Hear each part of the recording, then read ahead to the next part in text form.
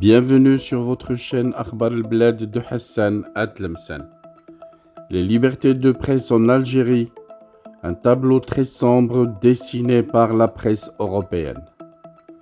Un journal belge a dépeint un tableau sombre de la situation de liberté de la presse en Algérie en cette année 2022 écoulée, difficile pour les médias libres en Algérie, qui s'achève par un brusque tombé de rideau pour la liberté de la presse, écrit le journal belge.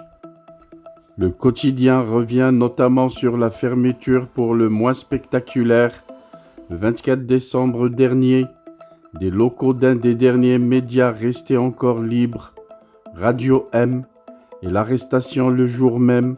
de son directeur Ihsan Al-Qadi.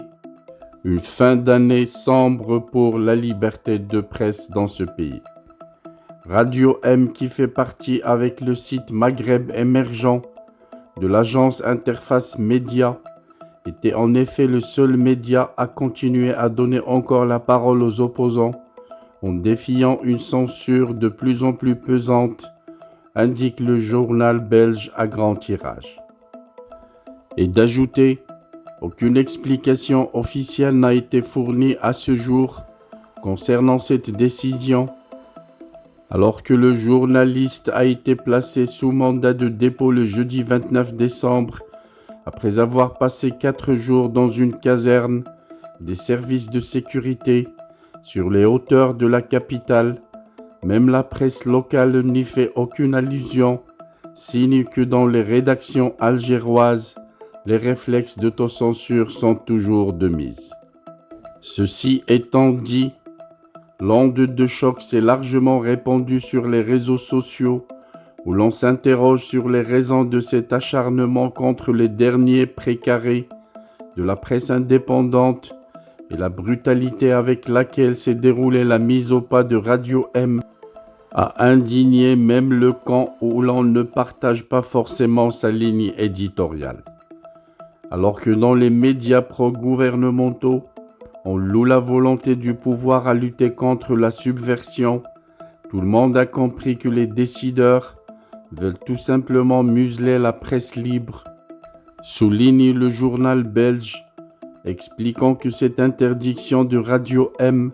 vient après la fermeture décidée par son patron sur instigation du pouvoir du quotidien Liberté, alors qu'Al Watan, autre gros tirage de la presse indépendante, soumis à de fortes pressions fiscales dont les avoirs sont gelés par les autorités, lutte désespérément pour sa survie. Interrogé par le journal belge Le Houari Addi, sociologue exilé et fin observateur de la scène algérienne, estime que l'arrestation d'Ihsan Al-Qadi indique un état d'affolement chez les décideurs qui ont peur d'un journaliste. L'universitaire dénonce le recours des formes illégales en rappelant la mise sous scellé des bureaux de Radio M par des individus qui ne relèvent d'aucun corps de sécurité habilité à opérer ce genre de perquisition. Il faut dire que la liberté de la presse était déjà, avant ce énième coup de boutoir, réduite à peau de chagrin.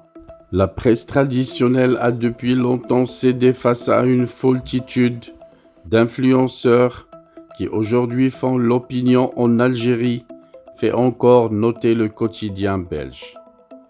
Cette chape de plomb sur la presse libre survient au moment où des dizaines de sites nouvellement agréés attendent avec appréhension les nouvelles dispositions de la loi sur l'information. Selon ce qui a fuité à travers des journalistes, la nouvelle législation prévoit un durcissement à tous les niveaux du métier de la presse, un retrait immédiat d'agrément et des amendes allant jusqu'à 1 million de dinars en cas de contravention, détaille le journal, notant qu'à cela s'ajoute le blocage, depuis 2020, de plusieurs sites tels que TSA, Le Matin d'Algérie, Algérie Part ou encore Algérie Patriotique de l'ex-ministre de la Défense, le général Khaled Nezzar, qui pourtant soutient la politique actuelle du pouvoir. Le journal belge cite en conclusion une situation surréaliste qui ne doit plus surprendre dans l'Algérie d'aujourd'hui,